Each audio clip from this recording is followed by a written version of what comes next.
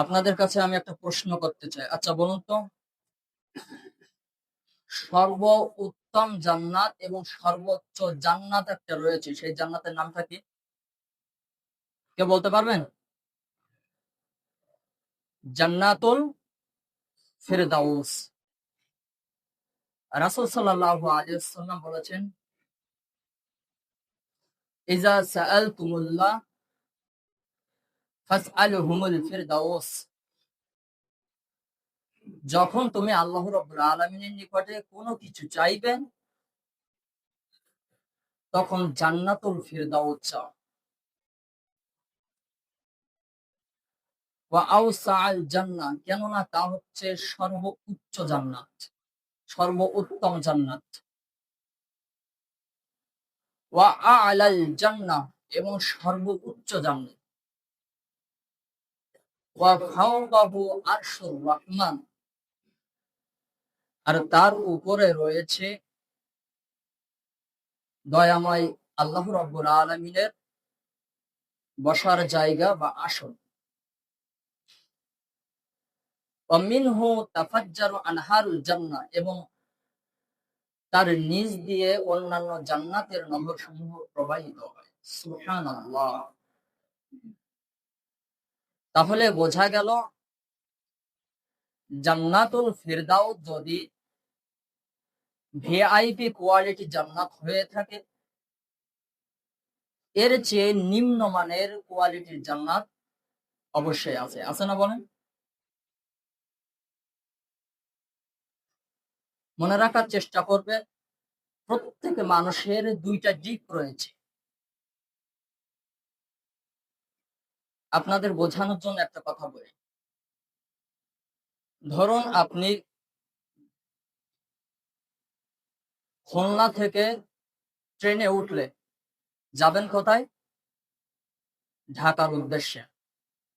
তো ট্রেনের ওঠার পরে আপনি দেখবেন তিনটি ডিপার্টমেন্ট রয়েছে। কয়টা ডিপার্টমেন্ট? তিনটি ডিপার্টমেন্ট। এক হচ্ছে জেনারেল কম্পার্টমেন্ট, দ্বিতীয় নম্বর হচ্ছে রিজার্ভেশন, তৃতীয় নম্বর হচ্ছে এসি। এসির আবার তিন কোয়ালিটি রয়েছে। জেনারেল কম্পার্টমেন্ট এর ভাড়া কত?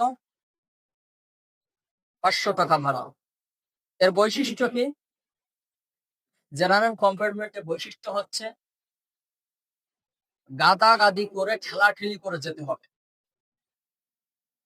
মানে আপনি এত গাদাগাদি হবে, এত ঠেলাঠেলি হবে যে আপনি দাঁড়িয়ে থাকতে পারবেন। এটা হচ্ছে জেনারেল কম্পার্টমেন্টের কি বৈশিষ্ট্য। রিজার্ভেশন এর ভাড়া হচ্ছে কত? 800 টাকা। এর বৈশিষ্ট্য কি? আপনি চেয়ারে হেলান দিয়ে যাবেন, মানে আরাম করে যাবেন, কোনো কষ্ট নাই। এরপর তৃতীয় নম্বর হচ্ছে এসি। এসিতে আপনি আরো আরাম করে যাবেন। তার মানে বোঝা গেল যে একই স্টেশন, একই ড্রাইভার, একই গতিতে গাড়ি চলবে, একই টাইমে পৌঁছাবে। পার্থক্য কোন জায়গায়? মাল যেমন আরাম তেমন, আর কোনো পার্থক্য নাই। দুনিয়াতে আমল যেমন করে যেতে পারবেন, আমলে সালেহ, সৎ আমল যত বেশি করে যেতে পারবেন, জান্নাতের আরামের কোয়ালিটিও তত বেশি হবে। সুবহানাল্লাহ।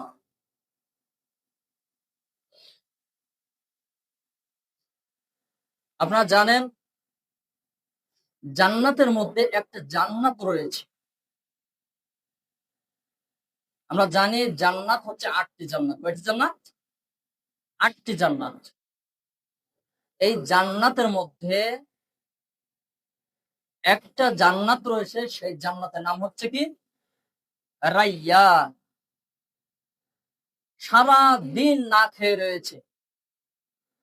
এই জান্নাতে প্রবেশ করবে কারা? যারা সারা দিন না খেয়ে আল্লাহ রাব্বুল আলামিনের ভয়ে তিনটা জিনিস থেকে বিরত থেকেছে। এক, দিনের বেলায় খানাপিনা থেকে বিরত থেকেছে। দুই, দিনের বেলায় স্ত্রী সহবাস থেকে বিরত থেকেছে। তিন, অশ্লীল কথাবার্তা, গালিগালাজ, মন্দ ভাষা থেকে বিরত থেকেছে। শুধুমাত্র কেবলমাত্র আল্লাহ রাব্বুল আলামিনের ভয়ে এই রায়্যান জান্নাত সেই প্রবেশ করবে। সুবহানাল্লাহ। যে কোটি টাকা হজ করেছে খরচ করে, হাজী সাহেব এই জান্নাতে প্রবেশ করতে পারবে না। যে কোটি কোটি টাকা দান সদকা করেছে সে এই জান্নাতে প্রবেশ করতে পারবে না। আপনি একবার না 4-5 বার আপনি হজ করে এসেছে, আপনি গ্রামে পরিচিত হয়ে আছেন হাজী সাহেব, আচ্ছা আপনি কি এই জান্নাতে প্রবেশ করতে পারবেন না? 30 পারা কোরআনের হাফেজ, সে কি এই জান্নাতে প্রবেশ করতে পারবে না? তাহলে এই জান্নাতে কেবলমাত্র শুধুমাত্র প্রবেশ করবে তারাই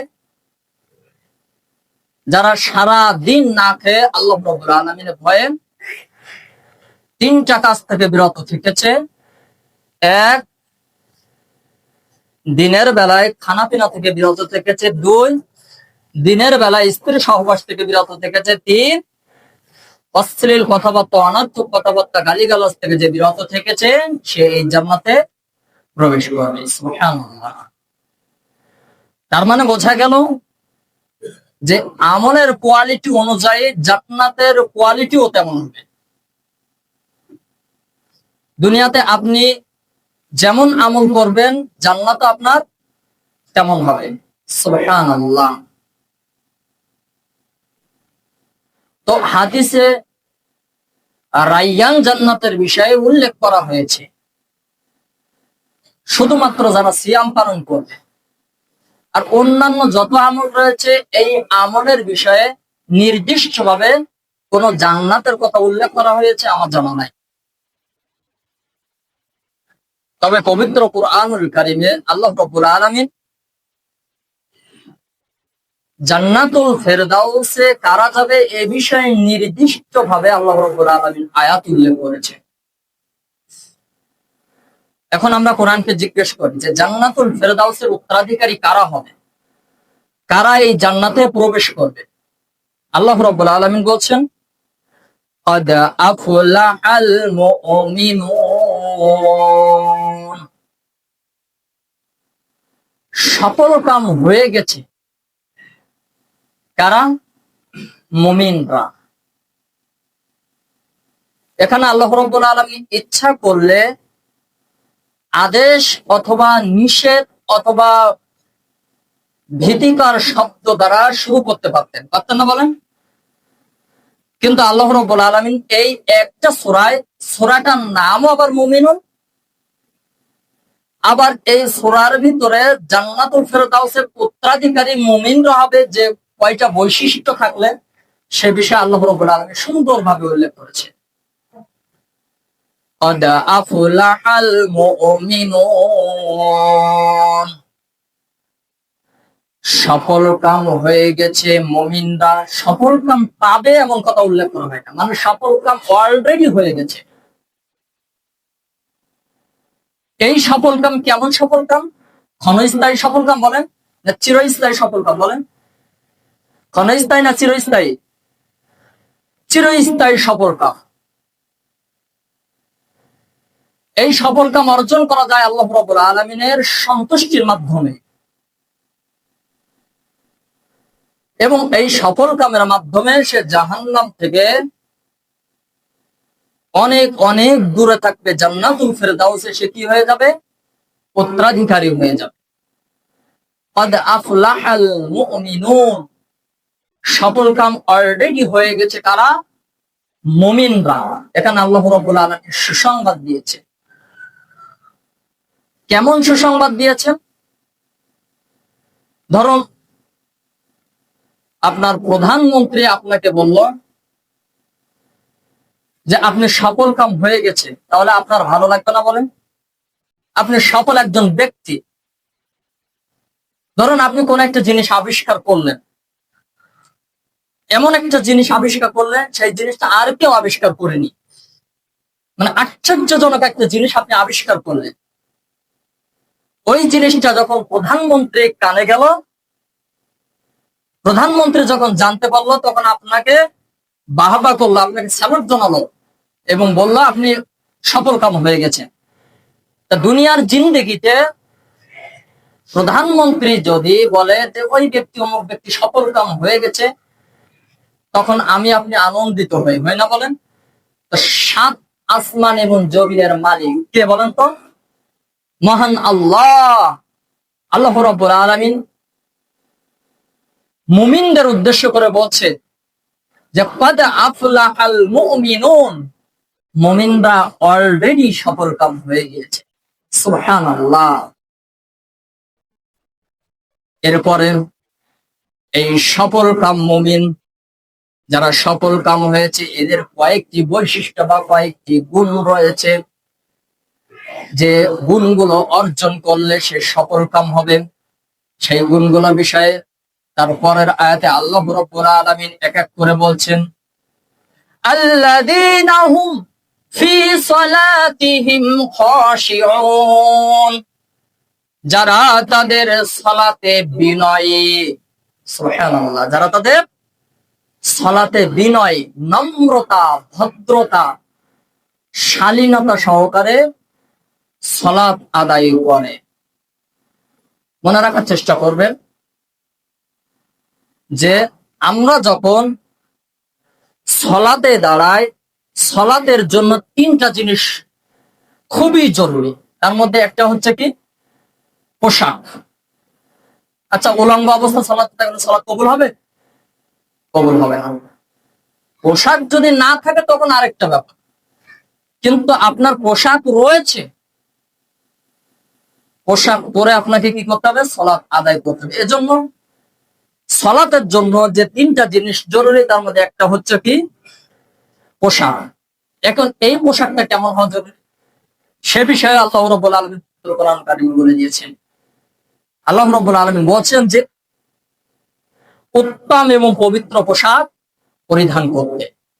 কি পোশাক পরিধান করতে বলেছেন? পবিত্র পোশাক পরিধান করতে।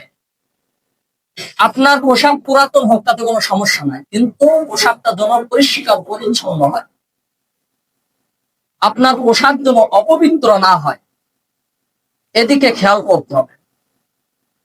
কিন্তু দুঃখজনক বিষয় হলেও সত্য যে আমরা যখন কুটুম বাড়ি যাই, তখন ভিআইপি পোশাক পরে আমরা কুটুম বাড়ি যাই, যাই না বলেন? আল্লাহর ঘরে, যে আল্লাহর সামনে আমরা ইবাদত করি, সে আল্লাহর সামনে যখন দাঁড়ায় তখন ছেঁড়া জামা করে দাঁড়ায়। আছে না বলেন? এমন অনেক মুসল্লি চাকরির ইন্টারভিউ নিতে যাচ্ছে, একেবারে কোট টাই পরে, এখন মনে হচ্ছে লাটসাই, মানে বসকে খুশি করতে হবে। বস যদি খুশি না হয় তাহলে চাকরি হবে হবে বলেন? বসকে যেভাবে হোক খুশি করতে হবে। এজন্য এত সুন্দর ভাবে সেজেছে যে বস এমনিটাই আশ্চর্য হয়ে গেছে, ওর ভাইবা নিবে কি, এমনিতে আশ্চর্য হয়ে গিয়েছে। তো যে মহান রবের সামনে আমরা দাঁড়াবো, যে মহান রব খুশি হবেন আমাদের সালাত দেখে, সেই রবের সামনে যখন আমরা দাঁড়াই, তখন ছেঁড়া জামা পরে আমরা দাঁড়াই, অপবিত্র জামা পরে আমরা নামাজে দাঁড়াই। এজন্য প্রথম নম্বর শর্ত হচ্ছে সালাত আদায় করতে হবে উত্তম পবিত্র পোশাক পরিধান করে। আল্লাযীনা হুম ফি সালাতিহিম খাশিউন, যারা তাদের সালাতের মধ্যে বিনয়, নম্রতা, ভদ্রতার সহিত সালাত আদায় করে। রাসূলুল্লাহ সাল্লাল্লাহু আলাইহি ওয়াসাল্লাম বলেছেন, যখন তুমি সালাতে দাঁড়াবে, কাআন্নাকা তারা, তুমি মনে করবে যে আল্লাহ রাব্বুল আলামিনকে আমি দেখছি। যখন তুমি সালাতে দাঁড়াবে, তখন তুমি মনে করবে যে আমি আল্লাহ রাব্বুল আলামিনকে দেখছি। এরপরেও যদি এটা তোমার মনে না হয়, ফাইন্নাকা ইয়ারা, তাহলে জেনে রেখো নিশ্চয় আল্লাহ রাব্বুল আলামিন তোমাকে দেখছে। এই দুইটা জিনিস কাজ করবে। কোন দুইটা জিনিস? প্রথম নম্বর কাআন্নাকা ইয়ারা, কাআন্নাকা তারা ফাইন্নাকা ইয়ারা। যখন সালাতে দাঁড়াবেন মনে করবেন আমি আল্লাহ রাব্বুল আলামিনকে দেখছি। এর পরেও যদি আপনার সালাতে খুশু খুজু বিনষ্ট হয়, তাহলে মনে রাখবে যে আল্লাহ রাব্বুল আলামিন আমাকে দেখছে। এই দুইটা জিনিস করবে। এর পরেও যদি কাজ না হয়, ওয়াসজুদ ওয়াকতারিব, সাজদা করবে, ওয়াকতারিব, এবং মনে করবে যে আল্লাহ রাব্বুল আলামিন আমার অধিক নিকটে চলে এসেছে। কয়টা কাজের কথা বললাম বলেন তো? কয়টা কাজের কথা বললাম? তিনটা কাজের কথা। প্রথম নম্বর, মনে করবে আমি আল্লাহ রাব্বুল আলামিনকে দেখছি। দ্বিতীয়ত, যদি তাতেও নামাজে কুসুকুজু সৃষ্টি না হয়, তাহলে মনে করবে যে আল্লাহ রাব্বুল আলামিন আমাকে দেখছে। এর পরেও যদি না হয়, তাহলে মনে করবে যে আল্লাহ রাব্বুল আলামিন আমার অধিক নিকটে চলে এসেছে। সুবহানাল্লাহ। এই তিনটা জিনিস যখন আপনি মনে করে সালাত আদায় করবেন, তখন আপনার সালাতে খুশু-খুজু কি নষ্ট হবে বলেন? বিনয় আসবে না, নম্রতা আসবে না, ভদ্রতা আসবে না? সুবহানাল্লাহ। এভাবে আমাদেরকে সালাত আদায় করতে হবে। ধরুন আপনি বিশ্বের একজন নামি দামি ব্যক্তির সামনে দাঁড়াচ্ছেন, তো আপনি যখন বিশ্বের একজন নামি দামি ব্যক্তির সামনে দাঁড়াবেন, তখন কি খুশু-খুজু ভাবে দাঁড়াবেন, না এদিক ওদিক তাকাবেন, নাকি মোবাইল টিপবেন? কোনটা করবেন? খুশু-খুজু ভাবে দাঁড়াবেন না? মানে একজন নামি দামি ব্যক্তির মনোযোগ আকর্ষণ করার জন্য তার সামনে আপনি বিনীত ভাবে, বিনয়ী ভাবে, নম্রতার সাথে আপনি কি করবেন? দাঁড়াবেন। তো সাত আসমান এবং জমিনের মালিক মহান আল্লাহ রাব্বুল আলামিন, তার সামনে যখন আমরা দাঁড়াবো, তখন কিভাবে দাঁড়াতে হবে? বিনয়ের সাথে, নম্রতার সাথে, ভদ্রতার সাথে আমাদেরকে দাঁড়াতে হবে। তবেই সালাতে বিনয় আসবে, তবেই সালাত আল্লাহ রাব্বুল আলামিনের নিকটে কবুল হবে।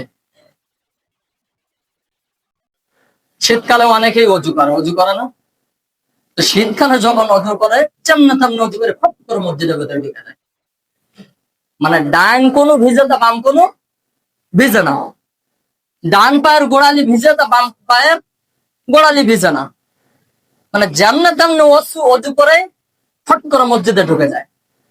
অথচ এর পূর্বের ইতিহাস যদি ও জানতো, তাহলে ও এইভাবে অজু করত।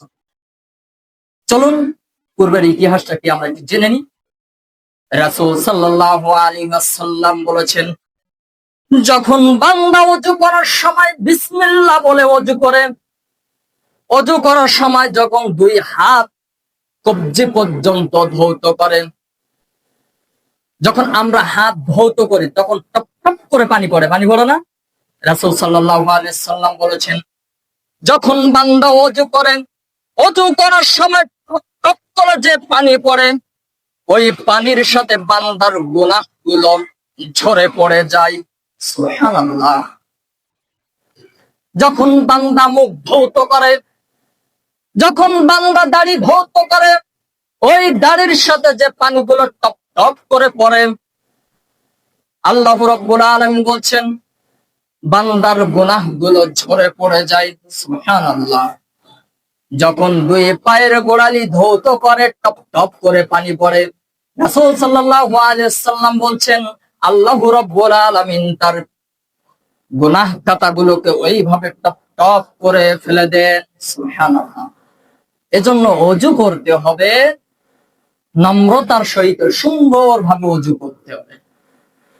রাসূল সাল্লাল্লাহু আলাইহি ওয়াসাল্লাম আরেকটা হাদিসে বলেছেন, যখন বান্দা বিসমিল্লাহ বলে অজু করে, অজু করার পরে সুন্দরভাবে অজু করে, ভালোভাবে অজু করে, যেভাবে অজু করতে রাসূল সাল্লাল্লাহু আলাইহি ওয়াসাল্লাম নির্দেশ দিয়েছেন, যেভাবে রাসূল সাল্লাল্লাহু আলাইহি সাল্লাম তার সাহাবায়ে কিরামদের শিক্ষা দিয়েছেন ওইভাবে ওযু করে। ওযু করা শেষ হয়ে যাওয়ার পরে যখন বলে আল্লাহুম্মা জাআলনি কালেমায়ে শাহাদাত পাঠ করে আশহাদু আল্লা ইলাহা ইল্লাল্লাহু ওয়া আশহাদু আন্না মুহাম্মাদান আবদুহু ওয়া রাসূলুহু আল্লাহুম্মা জাআলনি মিনাত তাওয়াবিন ওয়া জাআলনি মিনাল মুতাতাহিরিন। রাসূল সাল্লাল্লাহু আলাইহি ওয়াসাল্লাম বলেছেন জান্নাতের 8টি দরজা রয়েছে, প্রত্যেক দরজা দিয়ে সে প্রবেশ করবে। সুবহানাল্লাহ। জান্নাতের কয়টা দরজা? 8টা দরজা। এই জান্নাতের 8টা দরজা দিয়ে সে প্রবেশ করবে। এটা যদি জানতো তাহলে বান্দা খুশু ভাবে সুন্দর ভাবে ওযু করত। অথচ এর পূর্বের ইতিহাস আমরা জানি না। এই যে রাসূল সাল্লাল্লাহু আলাইহি ওয়াসাল্লাম হাদিসটা উল্লেখ করেছে, এই হাদিসটা আমরা অনেকেই জানি না, যার কারণে আমরা জান্নাতে মনে করে মসজিদে ফাঁক করে নিয়ে যাই। রাসূল সাল্লাল্লাহু আলাইহি ওয়াসাল্লাম বলেছেন আসওয়াউন নাস সাদাকাতুল্লাযী ইয়াসরিকু মিন সালাতি। চোর হচ্ছে সবচেয়ে বড় চোর হচ্ছে ওই চোর যে সালাতের মধ্যে চুরি করে। কাইফা ইয়াসরিকু মিন সালাতি, সাহাবারা জিজ্ঞেস করলেন ইয়া রাসূল সাল্লাল্লাহু আলাইহি ওয়াসাল্লাম সালাতের মধ্যে কিভাবে চুরি হয়? আমরা তো জানি মানুষ একজন আরেকজনের জিনিস চুরি করে, কিন্তু সালাতের মধ্যে কিভাবে চুরি হয়? তখন রাসূল সাল্লাল্লাহু আলাইহি ওয়াসাল্লাম বলেছেন লা ইউতিম্মা রুকুআহা ওয়ালা সুজুদাহা, রুকু এবং সাজদা পূর্ণাঙ্গভাবে আদায় না, রুকু এবং সাজদা পূর্ণাঙ্গভাবে আদায় না করা, এই হচ্ছে সবচেয়ে বড় চোর। আমরা যখন মসজিদে ঢুকি অনেক মুরব্বীরা আছে, আপনারা আবার রাগ করবেন না, অনেক মুরব্বীরা আছে যে মসজিদে যখন এসে সালাত আদায় করেন তখন থালুক ফুলুক করে এদিক ওদিক তাকায়, আছে না বলেন? একবার ছাদের দিকে তাকায়, একবার জানালার দিকে তাকায়, আর একবার মুসল্লির দিকে তাকায়। অথচ রাসূল সাল্লাল্লাহু আলাইহি ওয়াসাল্লাম বলছেন যে ওই ব্যক্তি হচ্ছে সবচেয়ে বড় চোর যে সালাতের মধ্যে চুরি করে। দুনিয়ার জিন্দেগিতে মানুষ একজন আরেকজনের জিনিস চুরি করতে পারে, কিন্তু সে বড় চোর নয়। তাকে আল্লাহ সাল্লাল্লাহু আলাইহি ওয়াসাল্লাম বড় চোর এসে উল্লেখ করেন নাই, কিন্তু আল্লাহ সাল্লাল্লাহু আলাইহি ওয়াসাল্লাম সবচাইতে বড় চোর ওই চোরকে বলেছেন যে সালাতের মধ্যে চুরি করে। রাসূল সাল্লাল্লাহু আলাইহি ওয়াসাল্লাম বলেছেন as-সালাতু সালাতাতু আসলাস, সালাতকে 3 ভাগে ভাগ করেছেন। তার মধ্যে হচ্ছে আত-তুহুর সুলুসুন, 3 ভাগের 1 ভাগ হচ্ছে পবিত্রতা। 3 ভাগের 1 ভাগ কি? পবিত্রতা। মানে আপনি যদি সুন্দরভাবে পবিত্রতা অর্জন করেন, আপনার পোশাক পবিত্র, আপনি ওযু করছেন সুন্দরভাবে ওযু করছেন, আপনি যখন সালাতে দাঁড়াচ্ছেন জায়গাটাও পবিত্রতা। রাসূল সাল্লাল্লাহু আলাইহি ওয়াসাল্লাম বলেছেন সালাতে 3 ভাগে ভাগ করা হয়েছে, আত-তুহুর সুলুসুন, 3 ভাগের 1 ভাগ হচ্ছে পবিত্রতা। তার মানে ওই পবিত্রতা যদি আপনি অর্জন করতে পারেন তাহলে অলরেডি আপনার সালাত 3 ভাগের 1 ভাগ কবুল হয়ে গেল। সুবহানাল্লাহ। সালাত কবুল হওয়ার জন্য 3টি সিক্রেট নলেজ আপনাদের সামনে দিব। প্রথম নম্বর হচ্ছে আত-তুহুর, পবিত্রতা। পবিত্রতা খুবই জরুরি বিষয়। 3 ভাগের 1 ভাগ হচ্ছে পবিত্রতা। আপনি পবিত্রতা অর্জন করলেন, সালাত 3 ভাগের 1 ভাগ কবুল হয়ে গেল। এরপরে 3 ভাগের আরেক ভাগ হচ্ছে রুকু। আপনি রুকুটা সুন্দরভাবে রুকু করলেন, সুবহানা রাব্বিয়াল আযীম, সুবহানা রাব্বিয়াল আযীম, সুবহানা রাব্বিয়াল আযীম 3 বার পাঠ করলেন। আপনি যখন রুকু করলেন আপনার পিঠ একেবারে সোজা হলো, সুন্দরভাবে রাসূলুল্লাহ সাল্লাল্লাহু আলাইহি ওয়াসাল্লামের দেখানো পদ্ধতি অনুযায়ী আপনি রুকু করলেন, তাহলে সালাত আপনার 2 ভাগ কবুল হয়ে গেল। সুবহানাল্লাহ। পবিত্রতায় 1 ভাগ আপনার সালাত কবুল হয়ে গেল। এরপরে রুকু করার মাধ্যমে আপনার 2 ভাগ সালাত কবুল হয়ে গেল। ওয়াসজুদু সুলুসুন, 3 ভাগের আরেক ভাগ হচ্ছে সাজদা। বান্দা যখন পূর্ণাঙ্গভাবে সাজদা করবে, সাজদার সময় সুবহানা রাব্বিয়াল আলা, সুবহানা রাব্বিয়াল আলা, সুবহানা রাব্বিয়াল আলা কয়বার পাঠ করতে হবে? 3 বার, 5 বার, যতবার আপনি পাঠ করতে পারেন। সুন্দরভাবে ভদ্রতার সহিত যখন আপনি পাঠ করবেন, 3 ভাগেই আপনার সালাত কবুল হয়ে গেল। সুবহানাল্লাহ। এজন্য এই বিষয়ে আমাদেরকে খেয়াল করতে হবে। কিন্তু দুঃখজনক বিষয় হলেও সত্য, আল্লামা দেলওয়ার হোসেন সাইদি একটা ওয়াজে বলেছিলেন, মনে আছে, যে মোরগের ঠোকর মার্কা সাজদা আমরা দেই না, মোরগের ঠোকর মার্কা সাজদা। মোরগকে যখন আপনি খাবার দেবেন তখন দেখবেন মোরগ ঠপ ঠপ ঠপ ঠপ করে খাবার খায়। আমরা যখন সাজদা করি তখন মোরগের ঠোকর মার্কা সাজদা করে থাকি। তো এই সালাত আমাকে আপনাকে কিভাবে অন্যায় কাজ হতে, খারাপ কাজ থেকে বিরত রাখবে। অথচ আল্লাহ রাব্বুল আলামিন বলছেন, ইন্নাস সালাতা তানহা আনিল ফাহশাই ওয়াল মুনকার, নিশ্চয় সালাত মানুষকে অন্যায় কাজ হতে, অপকর্ম কাজ হতে, খারাপ কাজ হতে, অশ্লীল কাজ হতে, বেহায়াপনা কাজ হতে বিরত রাখে। আমরা এত সালাত আদায় করছি, কিন্তু সালাত আমাদের কেন অন্যায় কাজ হতে বিরত রাখছে না, অশ্লীল কাজ হতে বিরত রাখছে না, খারাপ কাজ হতে বিরত রাখছে না? কিসের কারণে? কারণ হচ্ছে আমরা সালাত আদায় করি, কিন্তু আমাদের সালাতের ভিতরে কি নাই? খুশু এবং খুজু নাই। রাসূল সাল্লাল্লাহু আলাইহি ওয়াসাল্লাম বলেছেন, 3 শ্রেণীর মুসল্লি জাহান্নামে যাবে। সালাত আদায় করছে এরপরেও জাহান্নামে যাবে। তার আগে একটা বলে কথা, আচ্ছা সালাত আদায় করার পরেও যদি জাহান্নামে যেতে হয়, যারা সালাত আদায় করে না তাদের অবস্থা কি? মানে একজন ব্যক্তি সালাত আদায় করছে, এরপরেও সে জাহান্নামে যাবে, এটা কার কথা? আমার কথা বলে? বুখারী মুসলিমের হাদিস। আমি কোনো কেচ্ছা কাহিনী বর্ণনা করছি না, বুখারী মুসলিমের হাদিস আপনাদের সামনে বর্ণনা করছি। একজন মানুষ সালাত আদায় করছে, এরপরেও সে জাহান্নামে যাবে। রাসূল সাল্লাল্লাহু আলাইহি ওয়াসাল্লাম বলছেন, তার মধ্যে 1 নম্বর হচ্ছে আউয়াল ওয়াক্তে সালাত আদায় না করা। 2য় নম্বর হচ্ছে রাসূল সাল্লাল্লাহু আলাইহি ওয়াসাল্লামের তরিকা সালাত আদায় না করা।